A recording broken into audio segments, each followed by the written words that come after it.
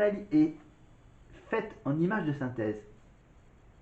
Ou est-ce que c'est l'épisode qui est entièrement en noir et blanc? Est-ce que c'est sans dialogue? Est-ce que l'épisode est sans dialogue, sans musique, en image de synthèse ou en noir et blanc? L'épisode de la 4ème saison qui a valu donc d'être nominé aux Emmy Awards.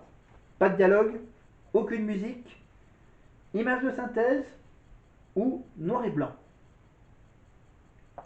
Réponse dans quelques petites minutes. Question 15. Dans la série Buffy, comment appelle-t-on le groupe d'amis qui aide Buffy? Ah oui, le groupe d'amis de Buffy ont un nom. Voilà. Est-ce que c'est A, le Scooby Gang, 2, la Buffy Band, 3, l'Alex Gang, réponse D, la Rupert Band? Scooby Gang, Buffy Band, Alex Gang, Rupert Band, le surnom du groupe d'amis qui aide Buffy dans la série. Allez, on est presque arrivé à la fin du magnéto, je pense. Dernière question, question 16. Après, il y aura encore d'autres questions à venir. Dans la série Buffy, quelle tueuse a été activée après la première mort de Buffy? Quelle tueuse a été activée après la première mort de Buffy? J'aime même pas le système. C'est quand Buffy meurt, t'as une tueuse, t'as une autre tueuse qui se réveille. Et donc cette tueuse qui se réveille après la première mort de Buffy, est-ce que c'est Keith, Anya, Kendra, Chanterelle? Keith, Anya, Kendra, Chanterelle. Et après, il nous restera les 4 dernières questions. Questions 17, 18, 19 et 20. C'est ça? C'est ça. Allez, on passe un petit dialogue sympa avec Sophia. Plateau, il fait vibrer l'ambiance. Mais... Attends, on remet au début. Auquel un slam qui m'est destiné. Sophia, c'est le moment, le slam de ma... Ah, le gage de ce fameux quiz des profs. Ça s'appelle comment? Ça s'appelle l'interro des profs. Et donc, je rappelle que le prof perdant de ce duel des profs va préparer évidemment un gage pour le prochain prime. Donc là, c'était Sophia qui avait perdu le duel la semaine précédente et qui avait bien sûr comme gage de préparer un petit slam sous un forme musical n'importe laquelle, un petit slam en l'honneur de l'animateur cultissime de la Starac, Nikos Aliagas. Écoutez ce petit texte écrit par Sophia, prof de chant de la Starac l'année dernière. Madame est au programme à mon grand dame, que cette dame le clame et touche mon âme.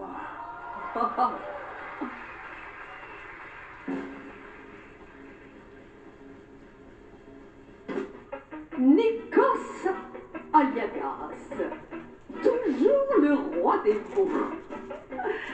De sa voix suave et son sourire charmant, il fait chanter les étoiles et charme les mamans. Et avec son petit pas de danse, il met tout le monde en transe. Sous les feux du plateau, il fait vibrer l'ambiance. Mais Nikos n'est pas que le roi du disco. C'est un grand animateur, on aime son ardeur. Mais moi, je connais le secret de Niki. Dans sa loge se cache Ouzo, Pétain et Tsatsiki. Et quelques petites solibounettes, des caramatas peut-être, qu'il cache sous son manteau. Vivi. Vous êtes exceptionnel. Mais un vrai tonnerre d'applaudissements pour Sophia. Mais vous n'êtes pas que professeur de chant. Vous faites du one-woman show. J'y étais, j'étais dans la loge avec les olives de le Kalamata. Je l'ai fait, Nikos. Oui, mais vous êtes parfaite et je crois que vous avez même impressionné votre voisin. Le directeur, faut la produire, hein. Faut plus la voir comme une prof de chant seulement. Ah mais ça n'a jamais été qu'une prof de chant, Sophia, que c'est tout faire pour de vrai. Hein. Et c'est le cas de la plupart des profs à ce bureau, hein. Ils savent tous un peu tout faire. C'est plutôt intéressant pour nous. Je vous félicite, madame, et je vous salue bien bas. Alors, on verra si elle aura droit à un autre gage un peu plus tard. Mais pour le moment, est-ce qu'on a une connexion avec Karima? Où on est dans les coups de cœur? On est dans le fameux spoiler. Non, on est dans l'interro des profs. Donc on revient sur l'interro des profs avec un duel entre le directeur Michael Goldman et le prof de sport Ladji Doucouré, évidemment, champion d'athlétisme, évidemment, à la retraite. Première question, messieurs, est pour Mickaël. De quelle couleur était la casquette d'Ulysse lors de sa performance avec le groupe A Cappella? Là, on ne souffle pas, on ne regarde pas, on regarde devant. Hein? Nico, je ne regarde que vous. Je trouve cette question très malhonnête. C'est vrai. Extrêmement malhonnête. Je dirais... Oh, Vous avez des amis dans le public? oui, vous dites... Oh, il y a deux couleurs qui se battent. Allez, bleu. Bleu. Vérification en image, tout de suite. Rendez-vous, rendez-vous, rendez-vous au prochain règlement. Rendez-vous, rendez-vous, rendez-vous sûrement au prochain règlement. Tous les mêmes, tous les mêmes, tous les mêmes, et y'en a marre. Toutes les mêmes, toutes les mêmes, toutes les mêmes, et y'en a marre. Bonne réponse, c'était le bleu. Vous êtes bon, hein? Mais il avait une veste rouge, donc je me suis dit avec un peu de chance, il va se planter. Mais il est bon. Attention, Nadji. Quelles étaient les 3 chansons avec lesquelles Emma et ses camarades ont ambiancé le public ce soir? We were... Hein? Comment? Euh, Ouais, bah là, l'oreillette vivante à côté, on va se Ah non, calmer. non, après il y a eu... La première. L'oreillette vivante, évidemment, c'est Lucie, bien sûr, parce que Ladji est toujours assis entre les deux répétitrices, évidemment, donc une qui s'occupe évidemment de la tournée et l'autre qu'on la retrouve dans un spectacle musical, je crois, avec des chansons de Madonna. Voilà, à Paris. Et... Waouh! Ah, c'est une grande chanson. Là, c'est Ladji qui rame sur les titres des chansons du fameux medley ambiance, en essayant de donner 3 titres, évidemment, des chansons qui sont... Les yeux d'Émilie, non? Oui, Nadji. Ah, faut le donner dans l'ordre! Oh, non mais oui, il n'y a pas de numéro complémentaire, papa. On regarde, je vous l'accorde parce que c'est votre premier jeu, mais on regarde les images. Allez.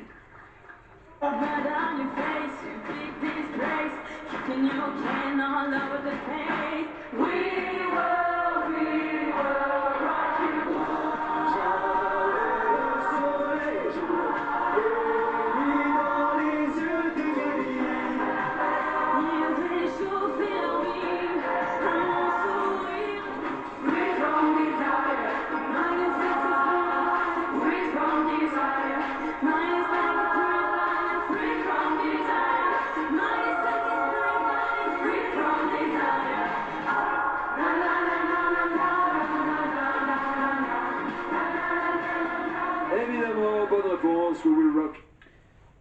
Oui, donc, attends, We Will Work You. Attends, ça fait quoi là? Ouais, We Will Work You.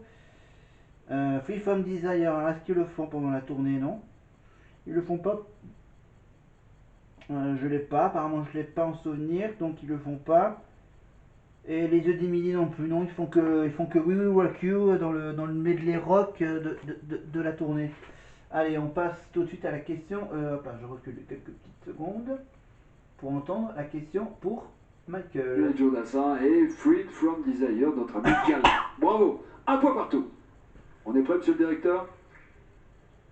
tous les amoureux du sport savent qu'il y a 2-0 pour moi, mais je vous laisse vous raconter ce scénario du 1 point partout pour l'instant. Il y a un point partout. Oui, Allez, on enchaîne, je demande la VAR. Bon, allez, Miguel, quel est le prénom de la mère de Franck? Non, non, non, souffle pas, mes amis, pas les cochons, les cochons. On a dit son prénom? Oui, oui. Je l'ai dit, hein. Mindy? Non, laisse tomber. Arrête pour ça, dommage. Vous êtes fiers de lui, cher Edine, de votre fils qui participe à la Star Academy et qui ne vous a pas vu depuis très longtemps. La maman de Franck s'appelle Edine, c'était une séquence hyper émouvante en tout cas. Donc le point est accordé à Ladji. Okay. D'ailleurs Ladji, sur quel titre de Rihanna ont dansé Marguerite et Emma? Attention. Réponse tout de suite, pas instantanée, on y va au sport. Super. J'ai un trou, attends. Ah oui, Je ça vois que c'est... la première ouais, la deuxième. Ok, la réponse en image, regardez.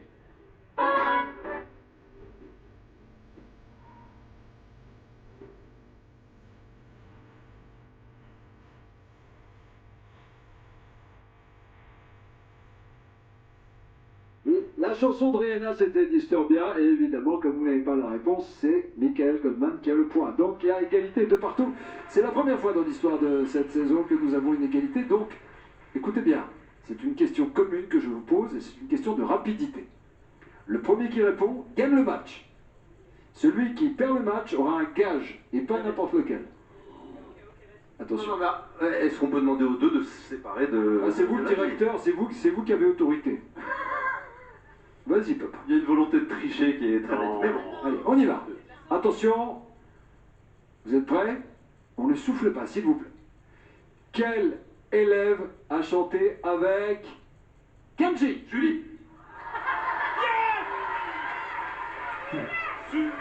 Ah, excusez-moi, est-ce qu'on peut remettre le ralenti? Moi, je veux le bar.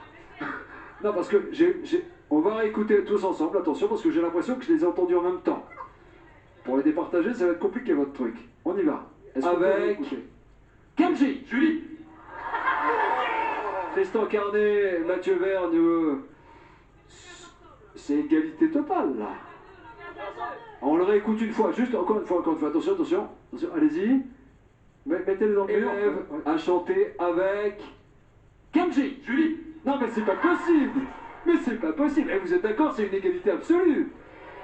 Non mais je peux pas les départager, ça veut dire concrètement que les deux ont un gage, voilà. Ah non. Eh oui. Non mais t'as pas gagné, hein, personne n'a gagné, vous avez un gage. On a perdu, il faut dire, vous avez un gage. D'ailleurs je vais vous expliquer de quel genre de gage il s'agit. Regardez ces images, regardez bien, regardez. Vous avez vu la semaine dernière ce qui s'est passé? Ah oui! Ah oui! Ça vous fait rire, hein? Oui, vous avez raison. Eh oui.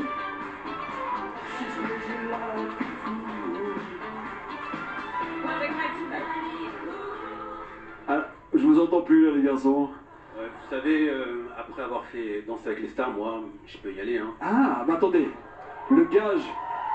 Et là, je vais rassurer Michael qui panique déjà, je vois dans ses yeux, non. Alors, vous n'allez ni danser, ni chanter. En revanche, vous allez vous déguiser dans un costume que je choisirai personnellement. Peut-être le plus pourrave de la place de Paris.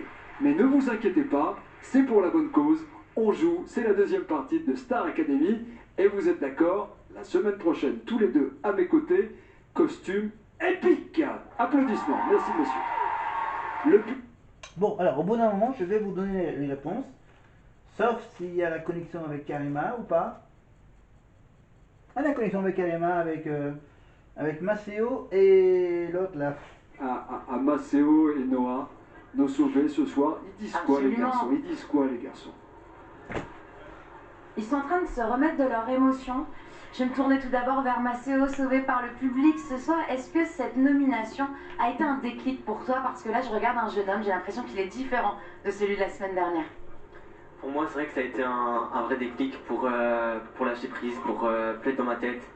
C'est un coup de boost aussi pour ne pas être nommé la semaine prochaine et vraiment tout défoncer aux évals. Donc c'est vrai que je me sens différent, je me sens plus ouvert, plus lâché et j'ai envie de continuer sur cette voie.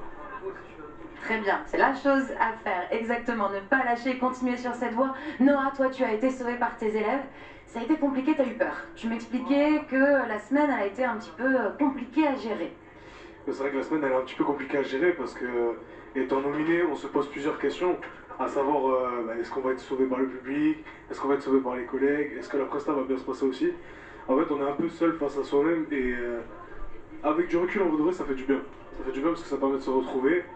Mais voilà, ouais, semaine un peu dure, mais on a travaillé, on n'a pas lâché. Ça a été quoi le déclic avec cette nomination? Tu dis j'ai plus jamais envie d'être sur ce banc. Le déclic que j'ai eu, c'est vraiment. Je me suis dit, si je reviens, j'ai plus envie de m'excuser en fait. J'ai envie de prendre confiance en moi, comme beaucoup de gens me disent d'avoir confiance. Et j'ai plus du tout envie de m'excuser. Ça veut dire quoi ne plus avoir envie de s'excuser? Ça veut dire quoi s'excuser selon toi? Qu'est-ce qui se passe dans tes prestations? C'est que j'ai encore un peu la gêne de chanter devant les autres. Quand je parle de m'excuser, c'est vraiment. Ouais, c'est que j'ai encore ce petit truc-là qui coince. Et en fait, j'ai pas envie parce que si je suis là, c'est que je suis légitime d'être ici. Et j'ai envie de montrer que j'ai ma place justement ici. Tout comme toi, Maceo. C'est ça, ouais. Sur quoi tu vas travailler cette semaine pour ne plus jamais aller sur le banc des nommés? Parce que j'ai l'impression que vous l'avez pas apprécié ce banc. Pas du tout. Je pense que c'est un peu comme Noah, ne pas m'excuser d'être là, m'imposer et tout donner sur scène comme aux évals. Parce que c'est vrai que les évals c'est quelque chose qui me stresse beaucoup et j'ai tendance... Bon, il y a un peu trop de blabla, donc voilà, j'essaye de m'occuper en regardant cette magnifique petite, ce magnifique petit trophée. Voilà, le trophée de la star des 40 ans, évidemment, voilà, juste pour donner mon... voilà, pour rappeler de mon âge actuel. Voilà, 40 ans, et j'ai droit à cette fameuse petite statuette star. Bien costaud. Voilà, dans ce magnifique petit coffret doré.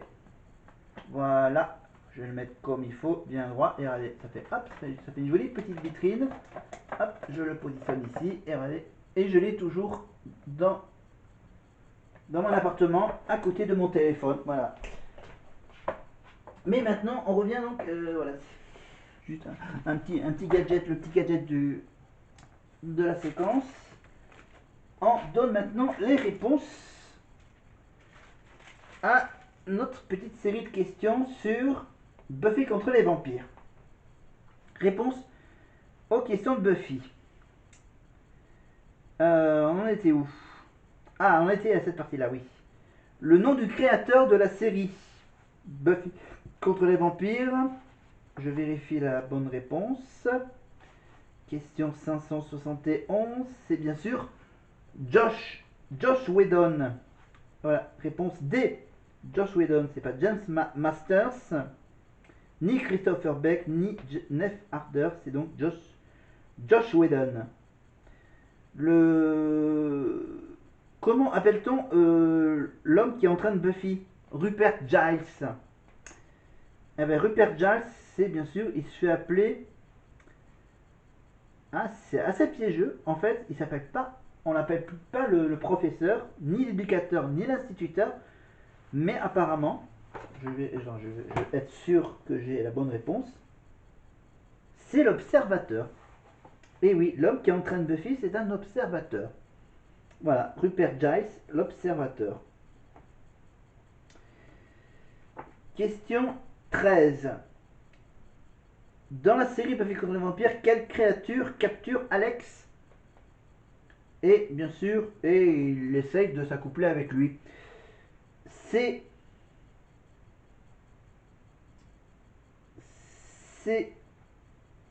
donc comme c'était une créature au féminin, bien sûr, donc on élimine déjà le cafard et le termite.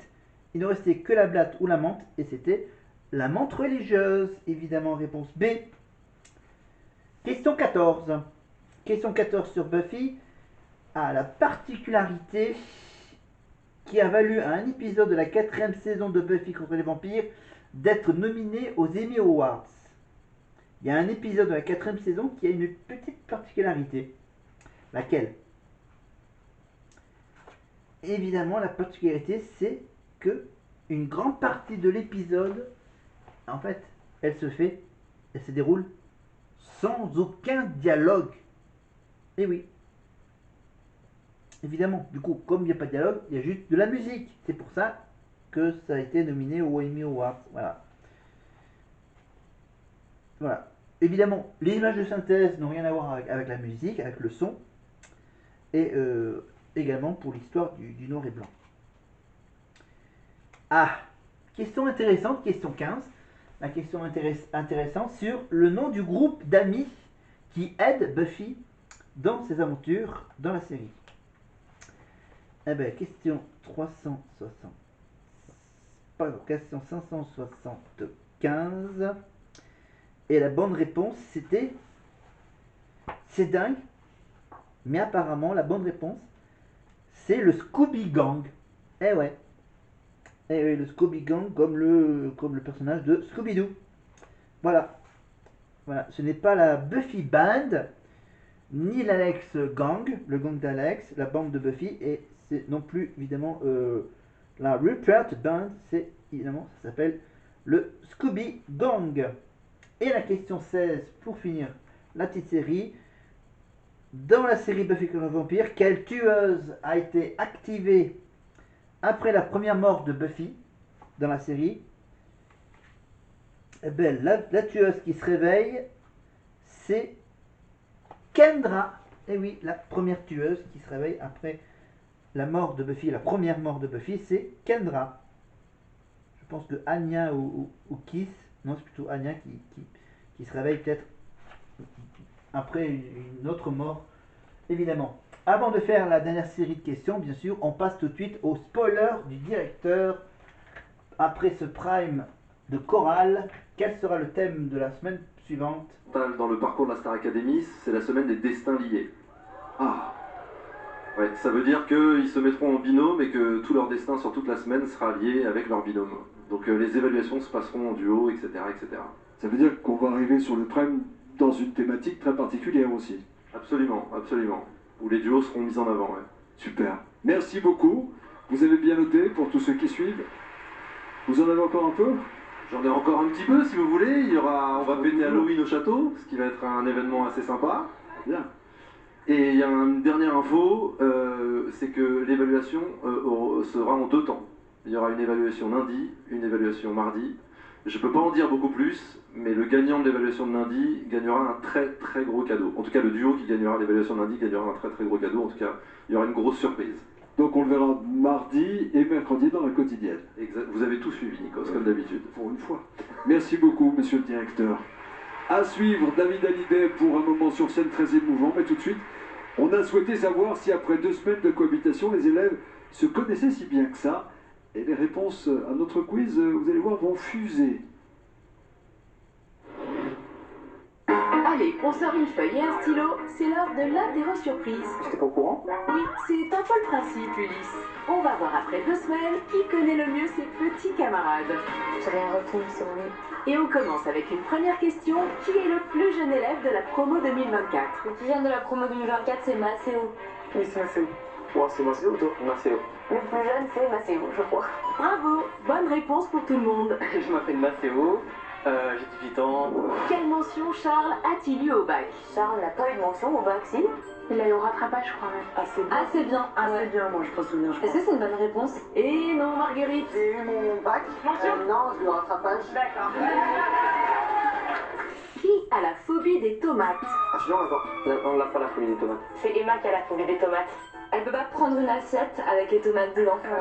Moi j'ai la phobie des tomates. Eh oui, Emma, c'est bien toi. On connaît aussi une artiste qui a la phobie des bananes. Là, c'est Emma qui a la phobie des tomates. Donc, hop là, on revient à la question. Hop. Ah, la question sur le cheval de Charles. Ah, j'ai le chat, mais j'ai pas le cheval.